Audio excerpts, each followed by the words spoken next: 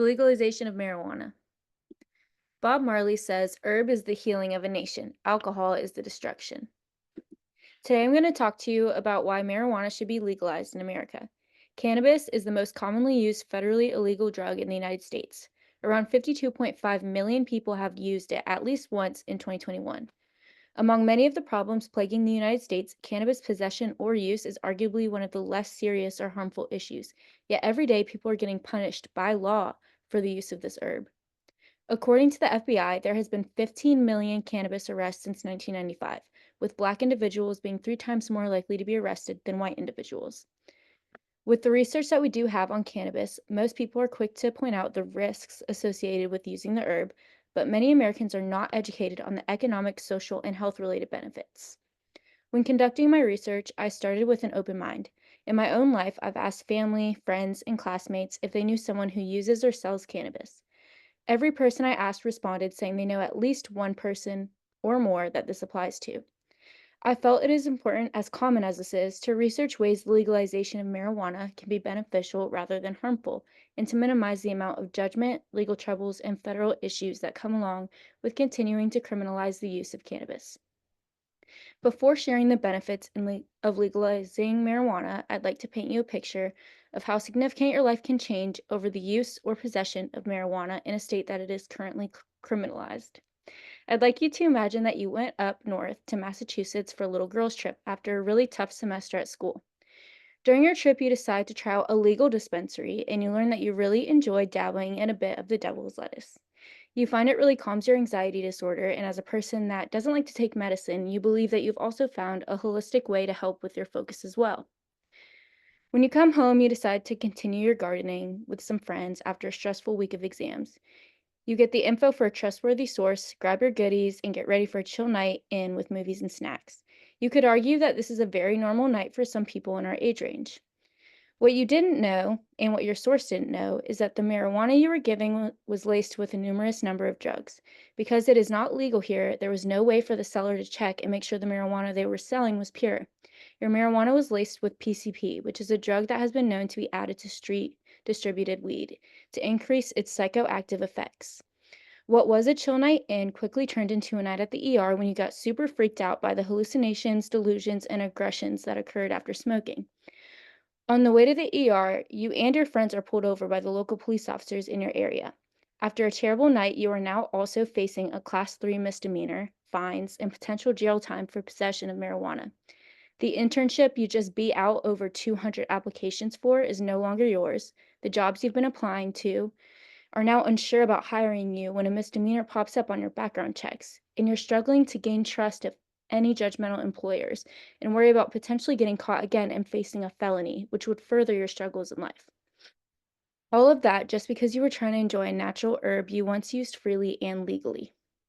I'd like to share with you the many benefits of legalizing marijuana, starting with the mental and physical health benefits, followed by the economic benefits of legalizing this drug and how it can not only help us in a society, but as an economy as well. Finally, I'll share a comparison of the known addictive and harmful legal substances in America compared to marijuana.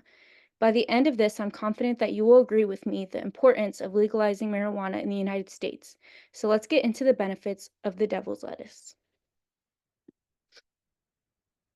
Cannabinoids have been found to therapeutically improve the mental health of patients struggling with BPD, anxiety disorders, depression, and PTSD. In an article in the National Library of Medicine, they discuss recent research studies regarding the medical use of cannabis. This particular study about bipolar disorder says there have been cross-sectional investigations in which there was clear evidence for an improvement of mood through medical cannabis. This was corroborated by another recent meta-analytical review in which 35% of participants reported self-medication with cannabis to alleviate symptoms of depression.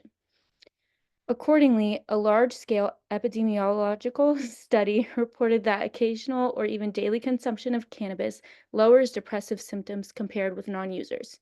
So what does all of this mean? Patients struggling with bipolar disorder have found a use for marijuana regarding their disease. They're able to self-medicate and calm symptoms of their depression as well as improve their daily moods. If you know anything about bipolar disorder, this is a huge breakthrough as mood swings are a part of the victim's daily struggles with their illness. After numerous medical trials, some still in progress, there's evidence of an overall decrease in PTSD symptom severity with the use of CBD, as well as proving to support better neurocognitive functions in patients with BPD. With the legalization of marijuana, this will allow medical facilities to complete even more extensive studies of cannabidiol to help understand benefits and treatments better. This can be huge in the rehabilitation of veterans suffering from PTSD and anxiety disorders.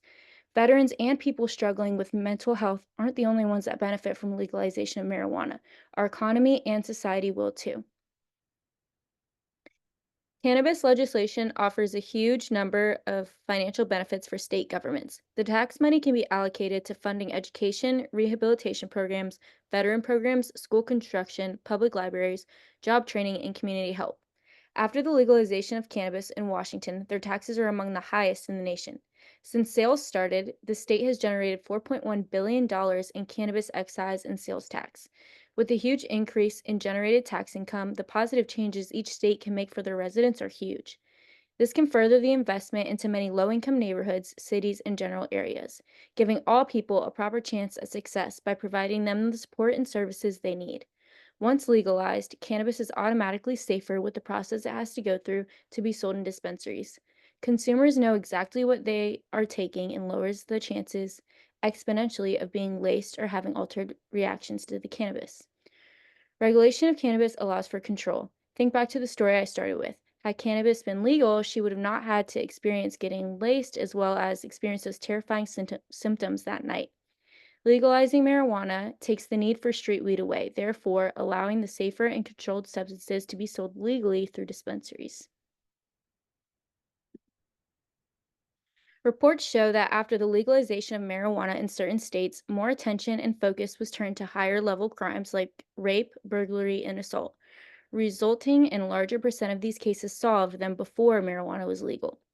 This benefits not only the police forces in these high crime areas by having the ability to focus on the harmful, serious crimes, but the city is provided with more protection and justice. We've heard a few ways legalization of marijuana can be beneficial socially and economically, but let's talk about the real elephant in the room. There are legal substances that result in deaths every single day in the United States, something way more harmful than cannabis, which is alcohol.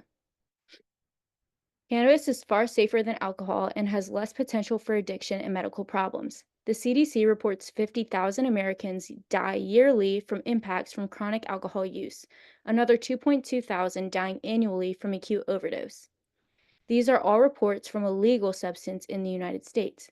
Cannabis has also not shown to increase mortality, and there has never been a verified cannabis overdose in history.